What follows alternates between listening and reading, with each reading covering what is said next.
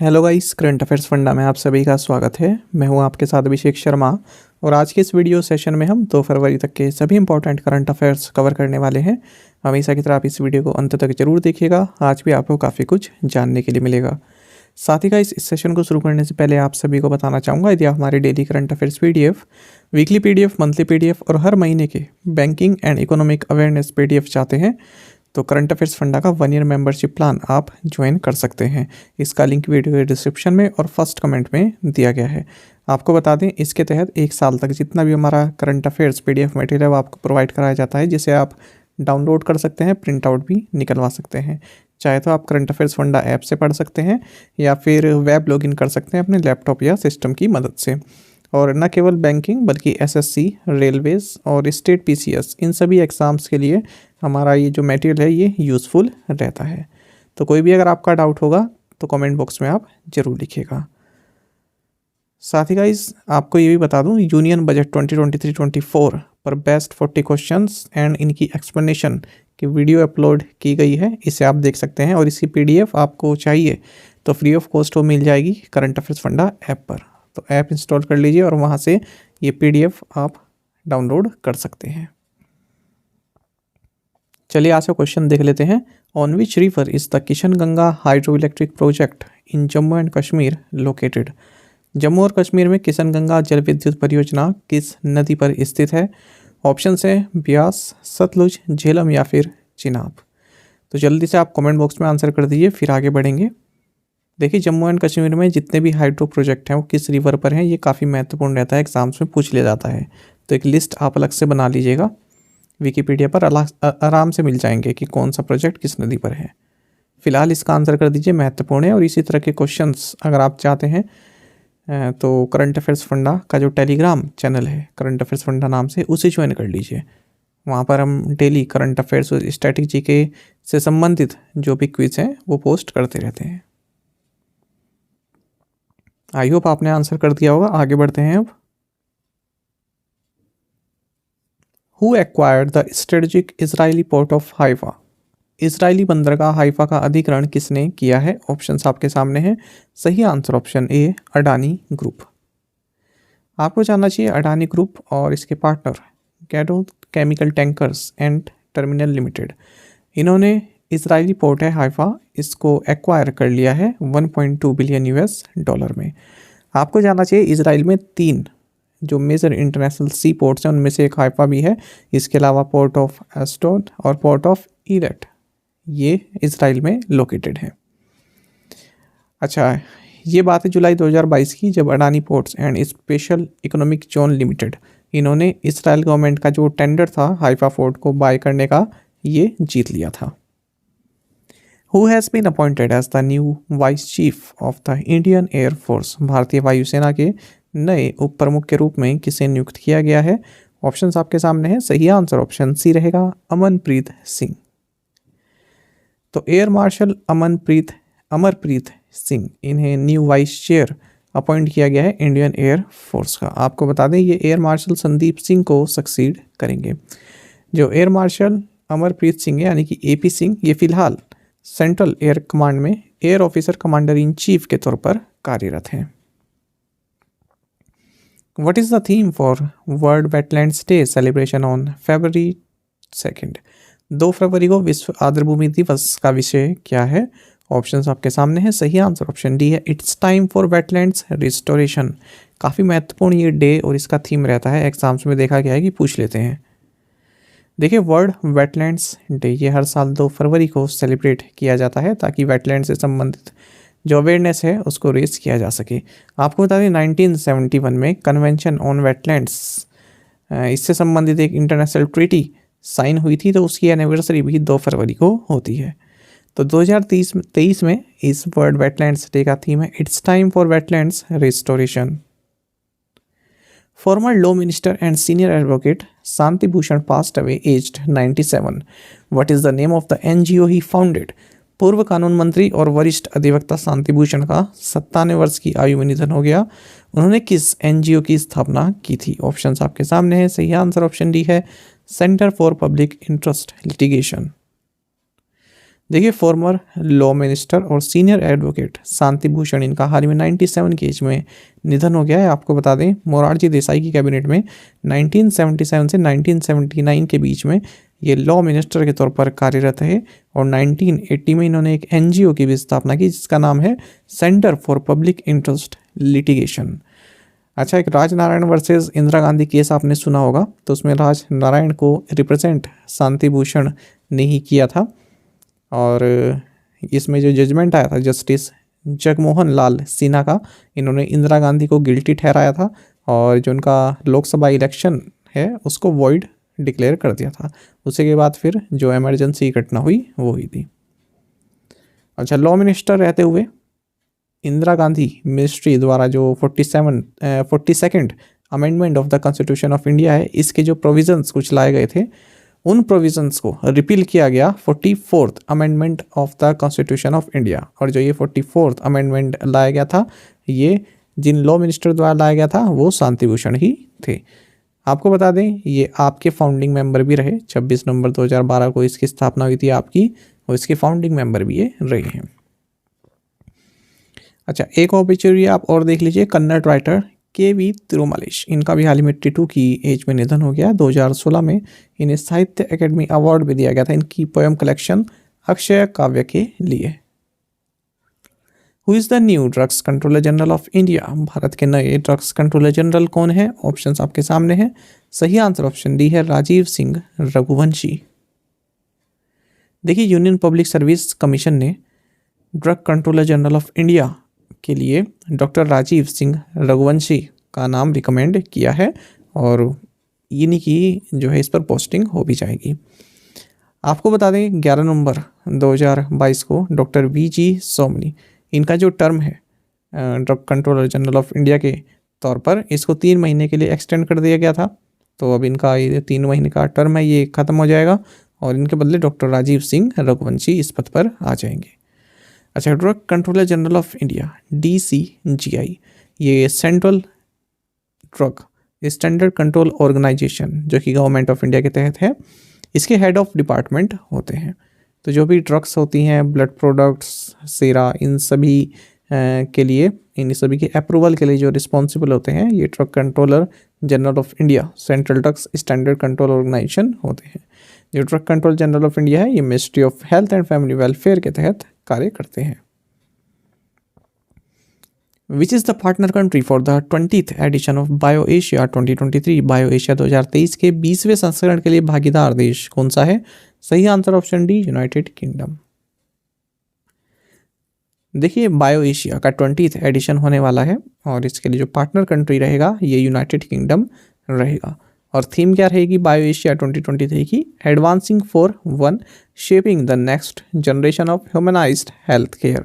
तो 24 से 26 फरवरी के बीच में 20th edition of bio Asia 2023 होने वाला है हैदराबाद तेलंगाना में। Which is the best college to pursue the MBA course in India according to the latest ranking released by the Indian Institutional Ranking Framework IIRF? तो Indian institutional ranking framework द्वारा जारी नवीनतम ranking के अनुसार भारत में MBA के लिए सबसे अच्छा कॉलेज कौन सा है? ऑप्शंस आपके सामने है। सही आंसर ऑप्शन सी है IIM अहमदाबाद। देखिए यहाँ पर Indian institutional ranking framework IIRF द्वारा लेटेस्ट रैंकिंग रिलीज़ की गई है और बताया गया है कि भारत में best college to pursue the master of business administration MBA करने के लिए सबसे जो बेस्ट इंस्टीट्यूट है वो Indian institute of management IIM Ahmedabad है। और इसके बाद IIM बेंगलोर आते हैं और फिर IIM Kolkata second and third position पर। IIM लखनऊ ये 4th पोजीशन पर आ गया है 5th से। और आपको जानना चाहिए अगर प्राइवेट कॉलेजेस की बात करें तो Xavier labour relations institute Jamshedpur जिसने टॉप किया है प्राइवेट कॉलेजेस में। इसके बाद मैनेजमेंट डेवलपमेंट इंस्टीट्यूशन गुड़गांव है, symbiosis institute of business management Pune है। फिर उसके बाद अच्छा ज़ेवियर लेबर रिलेशंस इंस्टीट्यूट है, ये top 10 B schools for research in India 2023 में भी इसने टॉप किया है। अगर हम top 5 MBA colleges in world की बात करें तो लंदन बिजनेस स्कूल टॉप पर है, उसके बाद वॉर्टन यूनिवर्सिटी ऑफ पेनिसिल्वेनिया और फिर हार्वर्ड बिजनेस स्कूल है, स्टैनफोर्ड यूनिवर्सिटी है, इनसीड फ्रांस है। आपको बता दें सबसे ज़्यादा जो टॉप रैंकिंग MBA कॉलेजेस हैं USA से आते हैं, उसके बाद फिर सिंगापुर, इंडिया, चीन, चाइना, ये सभी अभी इमर्जिंग लीडर हैं MBA कॉलेज के मामले में। Murali Vijay has announced his retirement from international cricket. Against which team did he make his international debut in 2008? Murali Vijay ने अंतर्राष्ट्रीय क्रिकेट से संन्यास की घोषणा कर दी है। 2008 में उन्होंने किस टीम के खिलाफ अंतर्राष्ट्रीय क्रिकेट में पदार्पण किया था? ऑप्शंस आपके सामने है। सही आंसर ऑप्शन सी है, ऑस्ट्रेलिया। देखिए, veteran Indian batter Murali Vijay, इन्होंने हाल ही में इंटरनेशनल क्रिकेट से संन्यास लेने की घोषणा कर दी है। आपको बता दें साल 2008 में बॉर्डर गावस्कर ट्रॉफी, जो कि अगेन ऑस्ट्रेलिया के साथ हम खेलते हैं, इसमें इन्होंने अपना डेब्यू किया था और भारत के लिए 61 टेस्ट खेले हैं, 17 वनडे इंटरनेशनल्स खेले हैं और 19 20s खेले हैं। और लास्ट टाइम जब ये भारत के लिए खेले तो दिसंबर 2018 में खेले थे ये ऑस्ट्रेलिया के खिलाफ ही। From which railway station was the Bharat Gaurav tourist train flagged off? Bharat Gaurav tourist train को किस रेलवे स्टेशन से हरी झंडी दिखाकर रवाना किया गया? ऑप्शंस आपके सामने है। सही आंसर ऑप्शन बी रहेगा, दिल्ली सफदरजंग रेलवे स्टेशन। देखिए, भारत गौरव टूरिस्ट ट्रेन श्री जगन्नाथ यात्रा, इसको हरी झंडी दिखाई गई है दिल्ली सफदरजंग रेलवे स्टेशन से। किसके द्वारा? धर्मेंद्र प्रधान, जो कि minister of education, skill development and entrepreneurship है। Ashwini Vaishnaw, minister of railways, communication electronics and information technology, और G Kishan Reddy, minister of tourism, culture and development of north eastern region. आपको बता दें जो ये भारत गौरव टूरिस्ट ट्रेन है, इसने अपनी श्री जगन्नाथ यात्रा की शुरुआत कर दी है। 528 टूरिस्ट हैं और ये उत्तर प्रदेश, बिहार और झारखंड से होते हुए फिर उड़ीसा में पहुंचेगा। आपको बता दें देखो अपना देश जो इनिशिएटिव है, इसके तहत ये गौरव टूरिस्ट ट्रेन लॉन्च की गई है डोमेस्टिक टूरिज्म को बढ़ावा देने के लिए। Which defense PSU has signed an MOU with Rolls-Royce Solutions of Germany for manufacture of high quality marine diesel engines? उच्च गुणवत्ता वाले समुद्री डीजल इंजन के निर्माण के लिए किस रक्षा PSU ने जर्मनी के रॉल्स रॉयस सॉल्यूशंस के साथ एक समझौता ज्ञापन पर हस्ताक्षर किए हैं? ऑप्शंस आपके सामने है। सही आंसर ऑप्शन डी है, Garden Reach Shipbuilders and Engineers. देखिए, defence PSU Garden Reach Shipbuilders and Engineers GRSC limited, इन्होंने एक MOU साइन किया है Rolls Royce Solutions of Germany के साथ। किस लिए? जो रांची में GRSC का जो प्लांट है, यहाँ पर high quality marine diesel engines manufacture करने के लिए। और इस एक एग्रीमेंट के तहत these both companies will cooperate in the license production and localization of the technologically advanced MTU-S 4000 governmental marine engines. Who has been conferred a lifetime achievement honor by the India-UK Achievers Honors in London for his contribution to economic and political life? आर्थिक और राजनीतिक जीवन में उनके योगदान के लिए London में इंडिया-UK अचीवर्स ऑनर्स द्वारा किसे लाइफ टाइम अचीवमेंट सम्मान से सम्मानित किया गया है? ऑप्शंस आपके सामने है। सही आंसर ऑप्शन डी है, डॉक्टर मनमोहन सिंह। देखिए, former prime minister doctor Manmohan Singh, इनको लाइफ टाइम अचीवमेंट ऑनर दिया गया है इंडिया-UK अचीवर्स ऑनर्स के द्वारा लंदन में, क्योंकि जो इनका कंट्रीब्यूशन रहा है इकोनॉमिक एंड पॉलिटिकल लाइफ में, उसके लिए।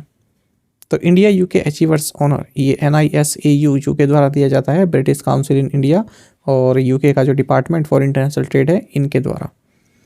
तो जो भी ब्रिटिश यूनिवर्सिटीज़ में लोग पढ़े हुए हैं, उनका यदि इकोनॉमिक लाइफ में, पॉलिटिकल लाइफ में कंट्रीब्यूशन रहता है, तो उनको ये लाइफ टाइम अचीवमेंट अवार्ड दिया जाता है। तो यहाँ पर जो डॉक्टर सिंह हैं, इनका जो एकेडमिक अचीवमेंट्स रही हैं universities of Oxford and Cambridge में, उसके लिए ये अवार्ड दिए गए हैं।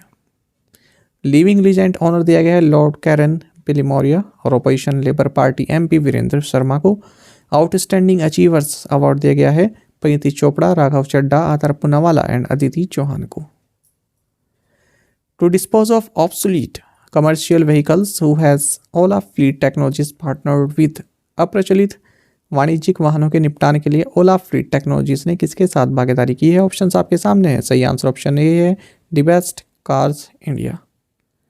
देखिए, ओला फ्लीट टेक्नोलॉजीज ने डिबेस्ट कार्स इंडिया के साथ पार्टनरशिप की है, जो कि एक commercial used car trading startup है।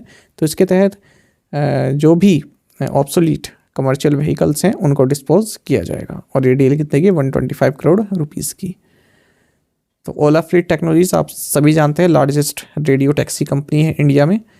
तो ये इसने एक टास्क लिया हुआ है कि 5,000 से ज़्यादा जो यूज्ड कमर्शियल कार्स हैं उनको डिस्पोज हम करेंगे दी बेस्ट कार्स इंडिया के साथ मिलकर। The first tranche of sovereign green bonds worth rupees 8,000 crore was subscribed fully. What is the coupon rate of the sovereign green bond 2028 maturing in 2028?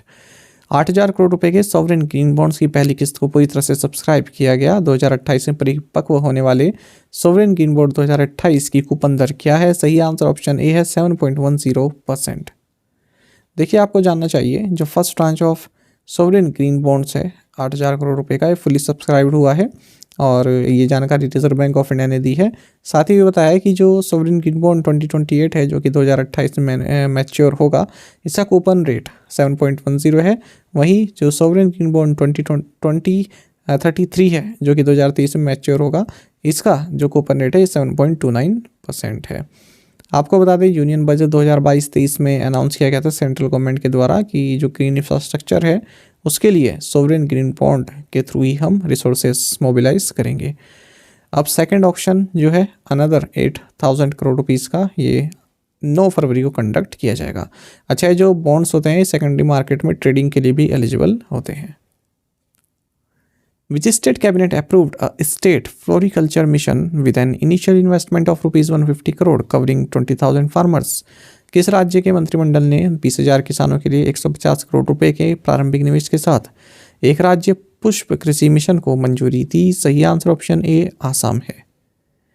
देखिए Assam cabinet ने state floriculture mission को approve दे दिया है। Initial investment 150 crore rupees के साथ 20,000 farmers इसमें cover किए जाएंगे। तो इसमें जो फ्लावर कल्टीवेशन का जो एरिया है उसके तहत जो एरिया आता है उसको एक्सपेंड किया जाएगा 2200 हेक्टेयर से बढ़ाकर 3,288 हेक्टेयर्स तक अगले 3 सालों में। What has CCA venue become in India? Bharat में CCA वेन्यू क्या बन गया है? A bank, an e-commerce company, India's first digital currency या फिर India's first payment gateway player to process CBDC transactions? तो सही आंसर ऑप्शन डी है।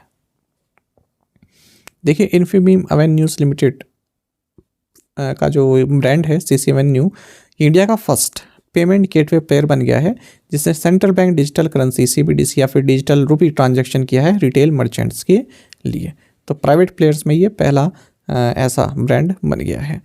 तो इसने ये किया है IDFC फर्स्ट बैंक के साथ मिलकर रिटेल CBDC अपने प्लेटफॉर्म पर। आपको बता दें, अच्छा इंटरव्यू में आपसे पूछा जा सकता है कि RBI ने जो डिजिटल रुपये इसको लॉन्च क्यों किया है, तो उसका आंसर आपको यहाँ पर मिल जाएगा। जो भी जिन बच्चों का भी इंटरव्यू आने वाला है अभी आगे, तो वो इस चीज़ को याद रखें।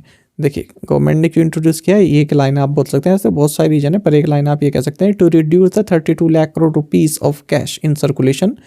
जो 32 लाख करोड़ रुपए का कैश जो सर्कुलेशन में है उसको रिड्यूस करने के लिए, and to save cost associated with cash like currency printing, solve fake currency problem, avoid wear and tear, ये सभी ठीक है। तो करेंसी प्रिंटिंग और फेक करेंसी की प्रॉब्लम हो गई, वेयर एंड टियर का खर्चा, ये सब इसको हटाने के लिए।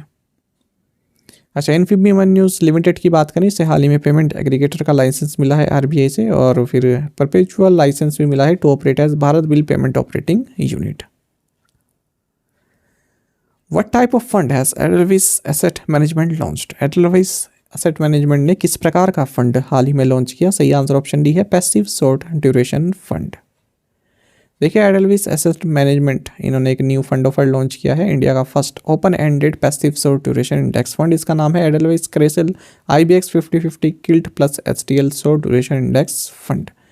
तो इसके तहत इंडियन गवर्नमेंट बॉन्ड्स और स्टेट डेवलपमेंट लोन्स में जो है इन्वेस्ट किया जा सकता है 50-50%। GST collections for the month of January 2023 stood at rupees 1.55 lakh crore. This is the second highest collection since implementation of GST.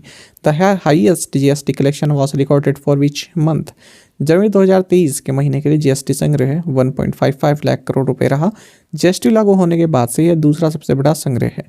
किस महीने के लिए उच्चतम GST संग्रह दर्ज किया गया था? ऑप्शंस आपके सामने है। सही आंसर ऑप्शन ए है अप्रैल 2022। देखिए जनवरी में जो जीएसटी कलेक्शन हुआ है ये 1.55 लाख करोड़ रुपए से ज़्यादा का रहा है और ये अब तक का सेकंड हाईएस्ट जीएसटी कलेक्शन है। तो अगर हम एग्जैक्ट डेटा की बात करें तो जनवरी 2023 में जीएसटी रहा है ये 1,55,922 करोड़ रुपए का रहा है, जिसमें कि सीजीएसटी 28,963 करोड़ है, एसजीएसटी 36,730 करोड़ है, आईटीएससी 79,599 करोड़ रुपीज़ है। आपको बता दें जो रेवेन्यूज़ हैं इस करंट फाइनेंशियल ईयर में 2023 तक, जनवरी 2023 तक, ये 24% ज़्यादा हैं। किससे कंपेयर करें? अगर हम जो पिछला सेम पीरियड रहा है उसके जीएसटी रेवेन्यू से। अच्छा, ये तीसरी बार है जब इस करंट फाइनेंशियल ईयर में जब GST collection 1.50 lakh crore rupees से ज़्यादा कलेक्ट हुआ है। आपको बता दें अप्रैल 2022 के महीने में सबसे ज़्यादा जीएसटी हमने अचीव किया था 1.68 लाख करोड़ रुपीज़ का, और उसके बाद अब ये जनवरी 2023 में किया है, ये सेकंड हाईएस्ट है। प्रीवियस असाइनमेंट क्वेश्चंस के आंसर हम देखेंगे। Where is the Indian institute of corporate affairs located? Manesar, Haryana. What is this year's theme for World Neglected Tropical Diseases 30th January? Act Now, Act Together, Invest in Neglected Tropical Diseases. The Indus Water Treaty was signed in 1960 by the then Indian PM Jawaharlal Nehru and which former president of Pakistan Ayub Khan. Odisha Minister Naba Kishore Das was shot dead by his former personal security officer as he was getting out of his vehicle. What portfolio did Das hold? Health and Family Welfare Minister. Novak Djokovic beat Stefanos Tsitsipas to claim a 10th Australian Open title, now putting him on par with Rafael Nadal with how many Grand Slam crowns? Answer is 22. आप में से कई students ने बिल्कुल सही answer दिया है। इसी तरह से पार्टिसिपेट करते रहिए। चलिए आज के असाइनमेंट क्वेश्चंस जान लेते हैं। Where will the women's T20 world cup be held in February this year? In which year did the Indian government start conferring the Padma Awards? Who inaugurated the super site and mobile van for collecting pollution data? Which legendary economist wrote the acclaimed book The Wealth of Nations? Which team claimed the bronze medal in the 2023 Men's Hockey World Cup in Odisha? Which state's tableau was adjudged the best state or union territory tableau this year by a panel of judges? तो इन 6 questions के answer आपको comment box में बताने हैं। यदि आपको एक question का आंसर भी आता है तो वो भी आप हमें कमेंट बॉक्स में बताइएगा। खास करके क्वेश्चन नंबर 2 ये इंपॉर्टेंट है। साथ ही करंट अफेयर्स फंडा को आप टेलीग्राम पर भी ज्वाइन कर सकते हैं। यहाँ पर रेगुलर वीडियो अपडेट्स और करंट क्विज़ हम आप सभी के लिए डालते रहते हैं। साथ ही डिस्कशन ग्रुप में आप किसी भी क्वेश्चन का सॉल्यूशन पा सकते हैं। दोस्तों, यहाँ पर हमारे करंट अफेयर्स की प्लेलिस्ट दी गई है, इसको आप जरूर देखें। अपने दोस्तों के साथ, फेलो एस्पिरेंट के साथ हमारे करंट अफेयर्स को शेयर जरूर करें। आज का ये सेशन आपको कैसा लगा कमेंट बॉक्स में अवश्य बताइएगा। Thank you guys.